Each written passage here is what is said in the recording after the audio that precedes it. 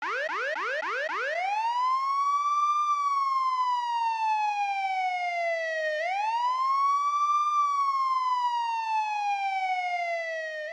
the tip of my pen.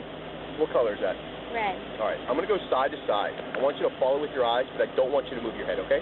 Okay. Horizontal gaze nystagmus test.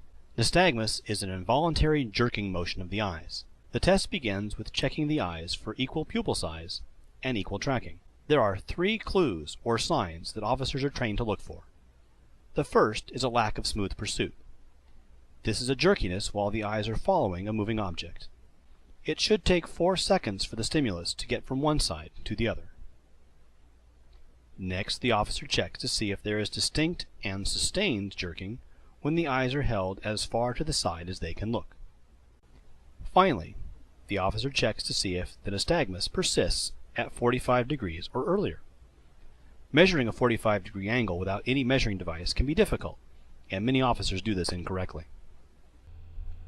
The OneLeg Stand is a standardized field sobriety test utilized by police officers to determine if a driver is under the influence of drugs or alcohol.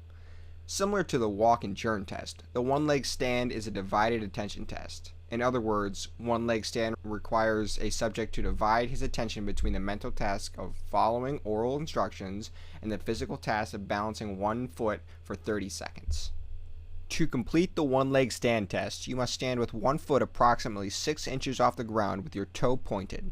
While maintaining the perfect balance, you have to count by thousands, 1 1,000, 2 1,000, etc. for 30 seconds. Meanwhile, your arms must remain at your side. Finally, you must look down at your foot. While you are completing this test, the officer will observe you for the presence of indicators of impairment. If the police officer concludes that you exhibit 2 or more of the indicators, you could be arrested for driving under the influence. The Walkin Churn test is a simple, quick test consisting of 2 parts. In the first part, the officer asks the subject to place one foot in front of the other in a straight line with the heel of one foot touching the toes of the other. If the driver does not follow the officer's instructions, or if he or she begins the test before the instructor instructed to do so, it may be the first sign that the person is intoxicated. In the second part of the test, the officer demonstrates and explains how the driver is to walk along the designated straight line. The officer instructs the driver to take 9 heel-to-toe steps down a line. After the 9 steps are taken, the driver must turn around, taking a series of small steps, returning to where he or she started by taking another 9 heel-to-toe steps. One non-standardized field sobriety test that is used by police officers is the finger-to-nose test. Because it is non-standardized, the finger-to-nose field sobriety test is not endorsed by the National Highway Traffic Safety Administration.